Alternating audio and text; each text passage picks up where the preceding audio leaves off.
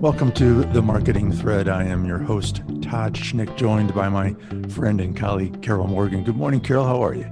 Good morning, Todd. I'm great. I'm happy to be starting off a new year with something new and fun. Yeah, so tell me what this marketing thread idea is all about. Well, the idea behind this is it's just a collection of stories about marketing trends and marketing tips and just kind of little short snippets that are easy to digest that gets people thinking about what they're doing in their marketing. Outstanding. Well, probably appropriate to kick off this series with more of a global discussion of the marketing must-haves.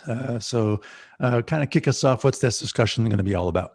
Absolutely. Well, we're going to talk about, what you must have in your marketing program this year. And that definitely, there's some tried and true things that don't change.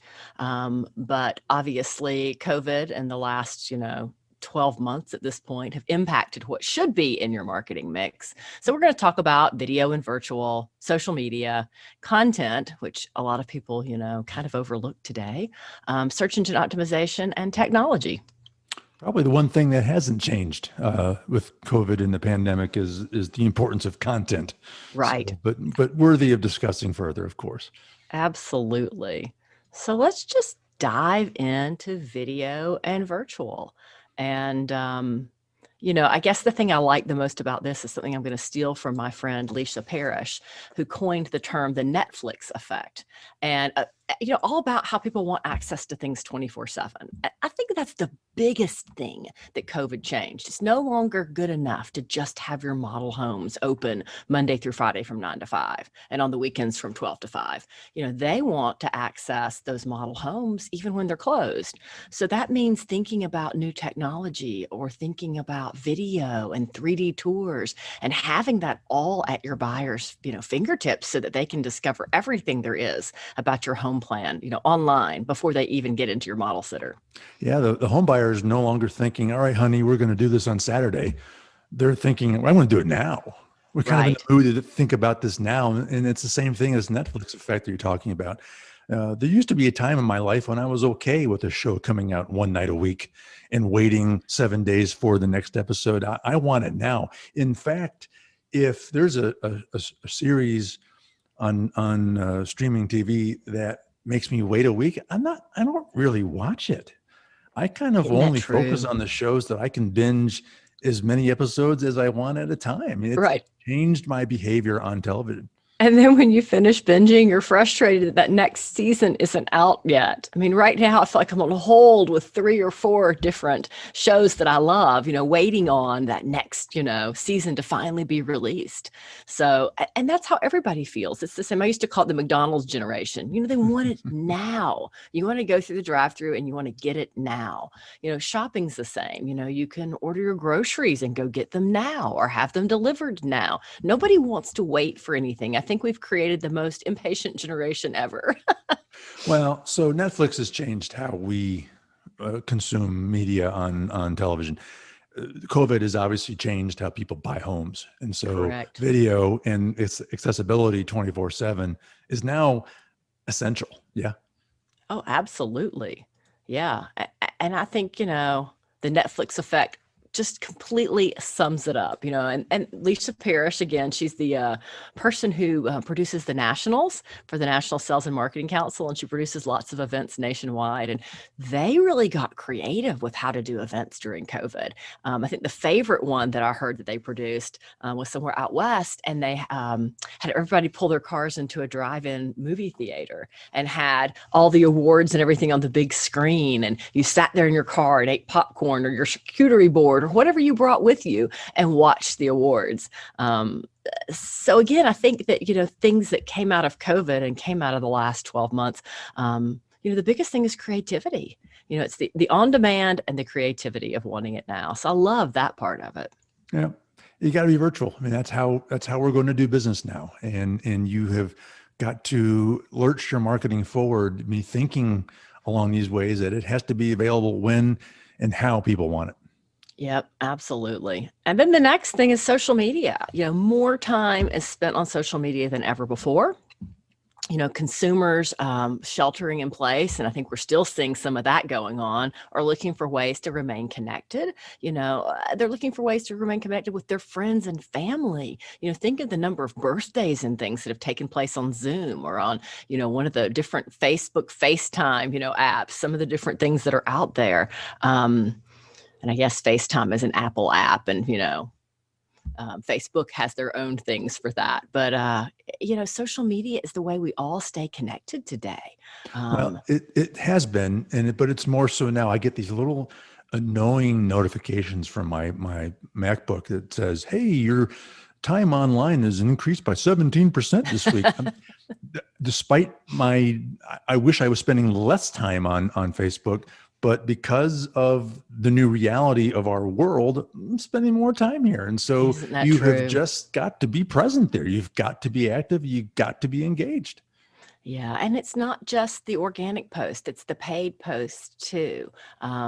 We recently have done some studies on that relationship between paid and organic. And it is absolutely true that when you're doing paid posts, even if you're just spending $150 a month, it gives you huge organic lift.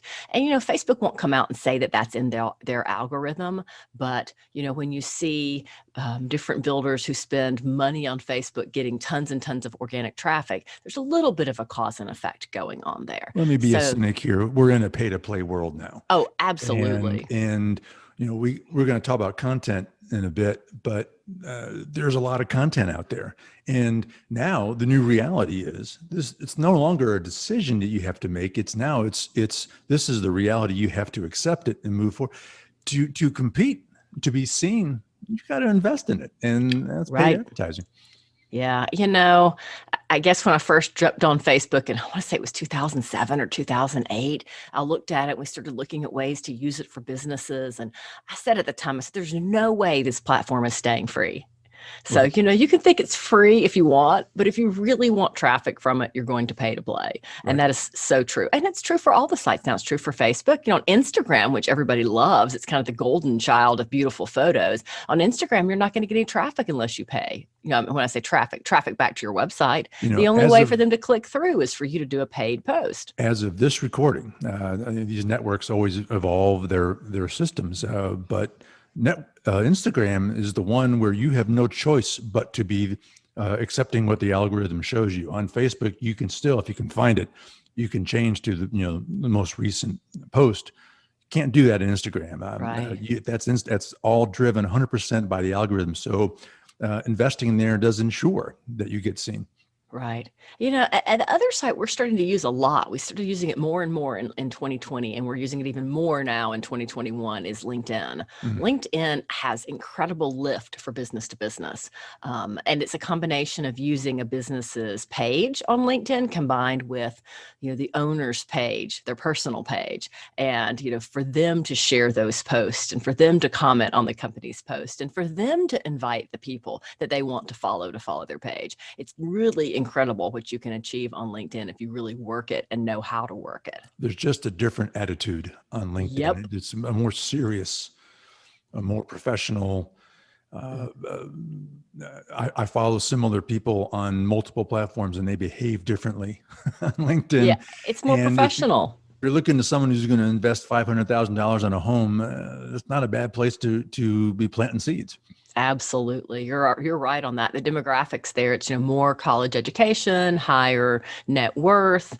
And if you're selling higher end homes, it's the perfect place to be promoting your company and promoting your business. People don't think of LinkedIn as a place where you would do paid advertisements as much as what they're experienced in seeing on, say, Facebook. But that's a serious play there and an effective one. It's not free, but it's an effective investment. Right. Well, as we've said, a lot of this is not free anymore. Nope. So if you want to pay to play, you're going to, you're going to pay. Yep. And otherwise you're not going to be as effective. And that's just, the unfortunate reality and the truth to most of these sites today. Yep. The other thing we see a lot on social media, and again, I say Facebook, but that's where we see it the most, and probably Twitter's the next, is that need for reputation management. Somebody that starts just, spamming your post with all sorts of terrible, noxious, comments. And, sometimes it's just spam, and sometimes it's an unhappy customer who feels like you haven't taken care of them.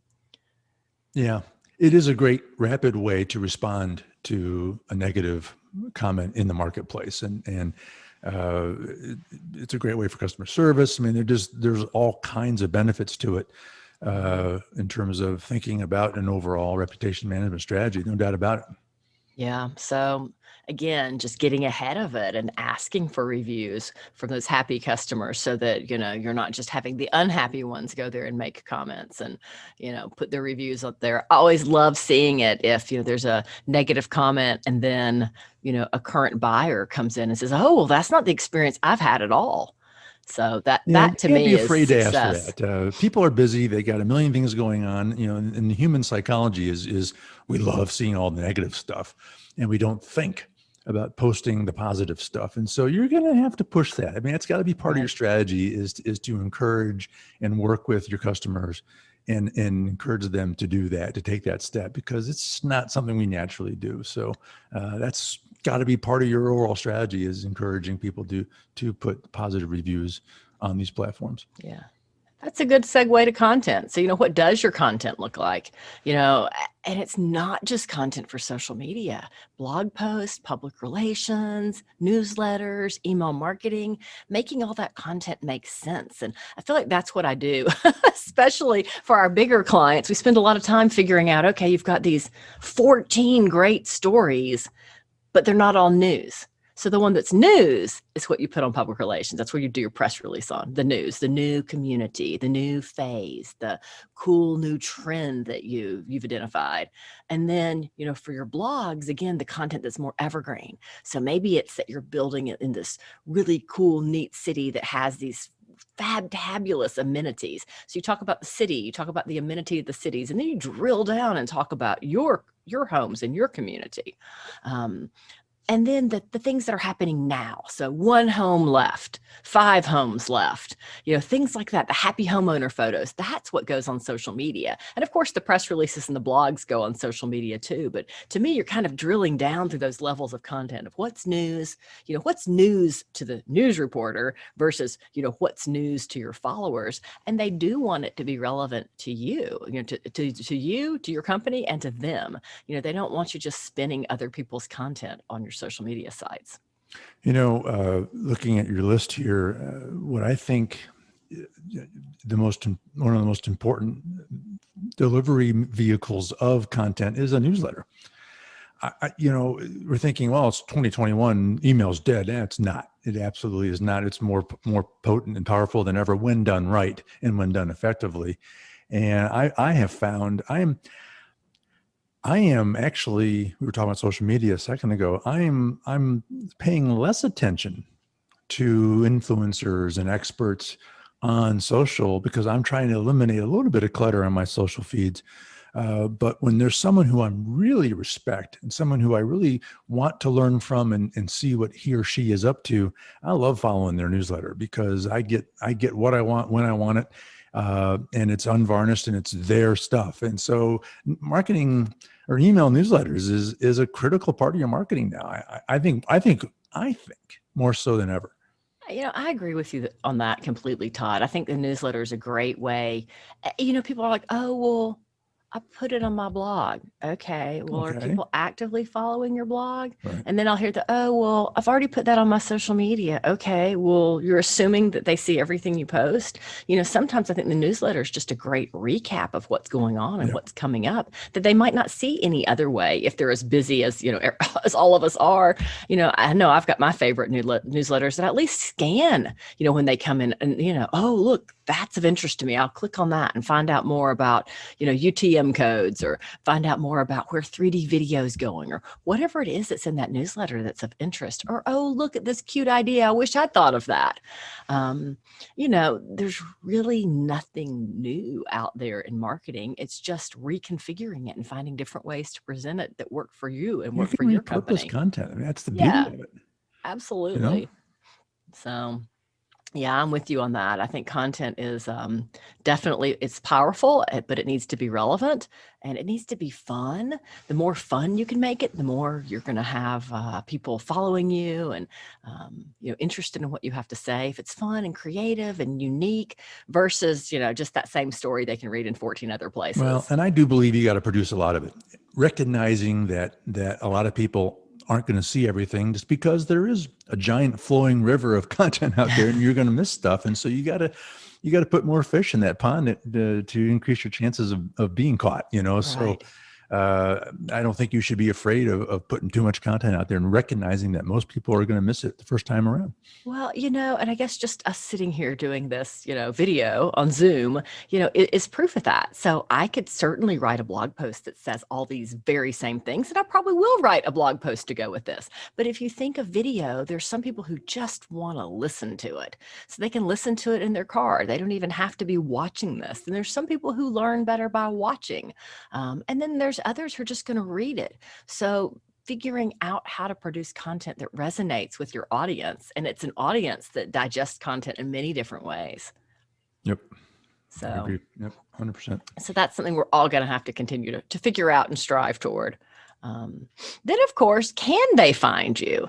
People get search engine marketing and search engine optimization mixed up. But search engine optimization, the easy way to think about it is, how does somebody find you if they don't know who you are? So if you were looking for a marketing company in Cartersville, Georgia, which is where Denim's based, and you Google marketing companies in Cartersville, Georgia, you are likely to find us.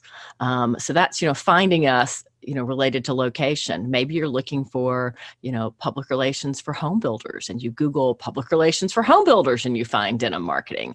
But it's the people who are looking for a specific topic who don't know the name of your company. That's who finds you through search engine optimization, and why it's so incredibly important to have it, especially with all the local search today.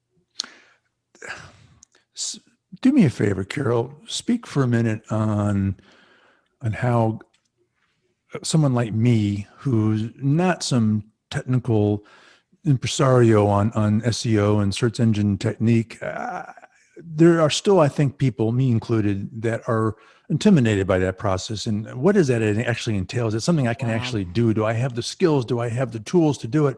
There's still some mystique in the world that this is all this black magic and this secret arts and dark web and all this stuff, and people are gaming the system, and there are certainly elements, less so today than probably when this thing first became a subject of discussion almost a decade ago. Yeah. But how does a typical marketing guy like me kind of think about this, and how do we do it? I mean, are there tools we can?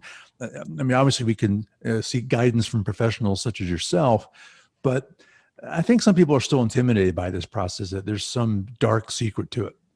Well, it's part art and it's part science. And I think that's why people are intimidated by it. And there's a lot to it.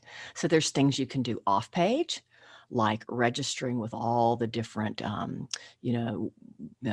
sites that are out there, like, making sure you have a Google My Business, making sure that you're, registered on Yelp, all the different places that you can put your name, your address, and phone number.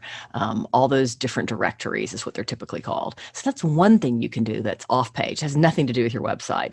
There's lots of things like that. I mean, there's a relationship between YouTube. Google owns YouTube. So there's things you can do on YouTube that help, increase your chance of being seen in a search on Google. So there's lots of things like that you can do. One of the ones we're looking at that we probably are going to need to take a deeper dive into in one of these marketing threads in the future is a new Google one called Google, what is it called? Google Pages, I think. That might be wrong.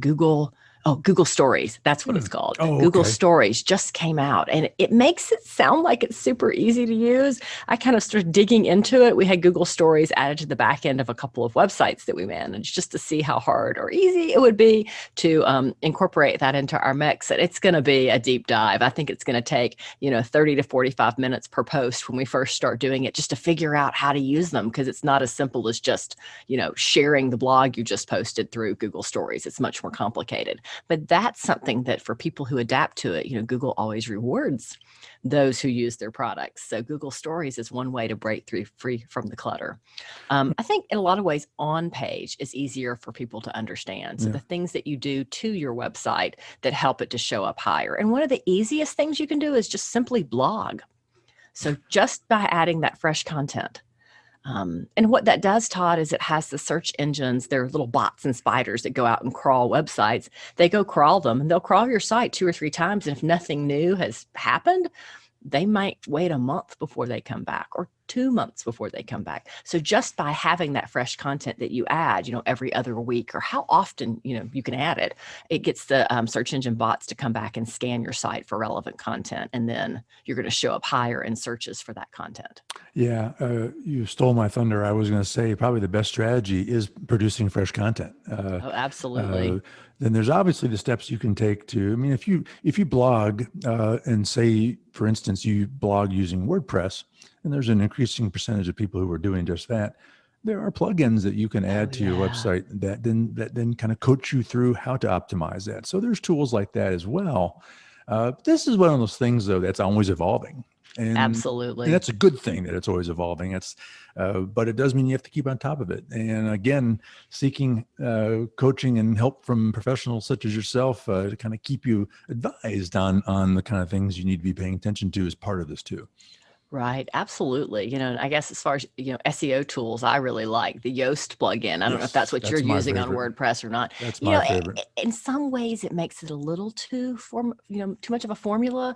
Because again, it is part art and part science. So for those of us who've done it for a long time, it's like, oh, you really want me to do this? But it does work, and it provides a great formula for people who don't understand SEO, because it will literally tell you every step you need to take, to make that SEO green, because green means go, right? You don't want it to be yellow. You don't want it to be red. You want your SEO to be green, which means that you've, in my mind, you've achieved, perfect SEO on that post. So the advantage of plugging into a tool such as that is you can almost rest assured that it is evolving as Google's evolving its algorithms, so correct. it's learning those things. And so that gives you some confidence that as Google evolves, they're evolving that plugin as well. So they should give you some degree of confidence. There's still things you have to be keeping on top of, but all right. Oh, cool. No, thanks for going a little bit more into that, because it's just one of those topics that I'm just not as confident about. And I imagine I speak for a lot of people who are like, I've read enough to know that it's important, but I'm just not really sure how to keep on top of it. Right. And I think it's hard, because I like to say SEO is a lot like making soup, because there are so many things that go into it. One of the things is, time on site. How long has your domain been online? Has it been online for a year? Has it been online for 2 years? And then how far in the future do you have that domain reserved for? So, if you have a big important website and you plan on being in business for the next 10 years, you ought to just go ahead and renew it for 10 years, because they see that as a signal of, that you're confident. Serious. Yeah, you're serious, you have longevity. It's just little things like that people don't realize. And a lot of that can add up. How long does it take your website to load? If it takes forever, then it's not going to do well on mobile, and it's not going to do well. Yeah. People like to nickel and dime and say, well, I'm just going to buy 1 year subscription to my domain just because it's inexpensive, but that costs you in other ways. Correct. So so definitely lots that goes into SEO. But again, tried and true, a marketing must have. Yep. And then let's talk about technology. Again, this is the big game changer, I think. And, I hate the fact that we've had COVID, and that we've had all the trauma, and that people have lost jobs, and that people have died, and that, and I should have said that first. I mean, just the fact that you have to worry about catching a virus that you might die from is terrible. I'm glad we have the vaccine. I think that we're going to see a different, end to 2021. Agreed. But the best thing I think that's come out of COVID is that it's really fast-tracked technology. Things that were borderline, and maybe some of us used them in business, but others didn't. Zoom for one. I read something that made me laugh so hard. It was written from the equestrian perspective. An editor of a magazine that I read, she's like, well, I used to think Zoom and I was going fast on my horse. So, you just look at the leaps and bounds that, video conferencing and texting and online chat and call tracking and all of these things that were kind of a little bit, maybe I don't need to have them. They're now must-haves for business. Yep. It speaks to the concurrent theme in this conversation has been is that these are things that you used to kind of dream about and think about, but now it's essential. Right. To compete in the modern world, you have got to be fully embracing all these technologies and you got to do it all at once. There's a lot of new tools out there. You got to incorporate them now. Right. Yeah. I think the one thing that we discovered, we did a survey. So Denim Marketing along with Blue Gypsy and then Melinda Brody and Company, we did a survey of, about 50 builders, might even been closer to 100 builders nationwide, and went on and filled out forms and just waited to see what we got back from them. And even in the midst of COVID, and granted, there were a lot of people filling out a lot of lead forms during COVID because they learned very quickly they were unhappy with their homes and wanted to make a move. But to see the responses and the difference in responses from different builders, you could really tell who had an online sales counselor, completely devoted to that process, and you could tell which ones didn't. Now, there were some who didn't have online sales counselors who did have good processes. So much of this with, technology is having that technology in place to respond to the queries that you do get, and then having the technology in place that takes care of them when you're not around. Again, back to those virtual tours, having Matterport tours or 3D tours, on your website and on your social sites so that they can tour your models, when you're not even open. Yeah. A tool that I use more now, I hate making a phone call when I have a customer service need and your call is important to us and we'll get to you in 37 minutes because, you're really important to us. And I don't like sending email because I just don't know when it's going to respond. I love this online chat. I'm using that more and more as I reach out to vendors that I'm using for a million different things. And sometimes you run into those online chats that are operated by bots. So they get some keywords and then they throw out a couple of links to you. This might answer your question. That's oftentimes they do answer your question. I like the thing where I'm chatting with a human, but I think we all do. I think that's a cool tool that I think is going to change how we do marketing. I think you got to play in that space. I think people are now demanding it like I am. Well, and it's interesting. So a lot of people probably don't know Facebook has an online chat option that you can very easily have integrated into your website. And it's basically the same as that, Facebook Instant Messenger, but you can, add that to your website so you can chat with people right there on your website. It's an inexpensive way to get chat and to test it out and see if you like it and how it resonates with your buyers. It goes back to social media. It's another vehicle that you can do some online chatting and through some of their platforms and their private messaging or other ways to do that. But I wasn't aware that Facebook had a chat like that. That's interesting. They do. Isn't that cool? Yeah. As we record this, there are a couple of tools that I know that you're familiar with. This Call Rail and InterNow. And there's a lot of tools like that do some pretty intriguing stuff that are suddenly becoming almost must-haves. Absolutely. And just even texting, think about how far text has come. You're just as likely to give your pharmacy your cell phone number so they can text you when your prescription's ready. Yep. You can text and let people know that you're sitting there waiting for your order to be delivered to your car, when you've ordered from your local grocery store. It's just changing. Everything's moving so fast that figuring out ways to use all this stuff is going to become imperative for businesses. Well, you're more up on these trends and numbers and stats than I am, but I imagine texting is still the quickest response you can get. Oh, absolutely. And those trends are still phenomenal. Yeah. Most of us will respond to text within, it's like seconds, as opposed to, email can be days at this point. Right. So if you really want an immediate response, and, I'm guilty of it. I might send a client something by email. And if I haven't heard back from them, I'll text them and just say, hey, this reporter's on deadline. Can you check your email? Or can you get back with me? Or do you have time for a call?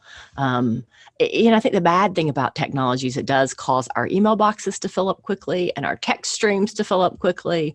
And nobody wants to answer the phone anymore unless they know who's calling them. So Yeah, but I think, all that's all true. But what I have learned is because of that reality, I have learned how to better manage my inbox and keep it clearer and cleaner. And I think the human race as a whole is kind of going through that same evolution too. Yeah, that's a reality, but you have to also understand that it's still worth investing in this stuff, because I think people are learning how to be more efficient with these tools, and technologies are continuing. Every day you hear about some new tool you can use to make your email management more efficient. I mean, so we're constantly improving. We're constantly seeking ways to get more efficient with these tools. Well, and I'm always amazed by your goal and ability to achieve inbox zero. I've been close a few times lately, but I know right now I've got like 125 emails in mine, and I've read them all. They require some sort of action, so there they sit until I get back to them. Yep. And it would be a beautiful thing to achieve inbox zero every day, like Todd does. Yeah, but that's also maybe a sign of insanity. So you can take it too far too. There are disadvantages to that approach. But the point is, we're learning how to be more efficient with these tools, right? Well, and so an effective utilization of them is worth your investment of time and money. Oh, absolutely. And I think maybe we need to have a marketing thread in the future about how you sort through those emails to achieve inbox zero. You probably have some very good tips and tricks. Yep. All right. On that. Well, those are some pretty critical marketing must-haves. So good stuff, Carol. Before we wrap this episode of the Marketing Thread, remind folks about Denim Marketing and where they go to get more information. Yeah. So Denim Marketing, you can find us pretty much everywhere online, denimmarketing.com. You can find us at Denim Marketing at Facebook and Pinterest and Instagram and LinkedIn and all of the social places, or you can just give us a call at 770-383-3360. All right. Todd Schnick and Carol Morgan signing off. We'll see you soon on the Marketing Thread.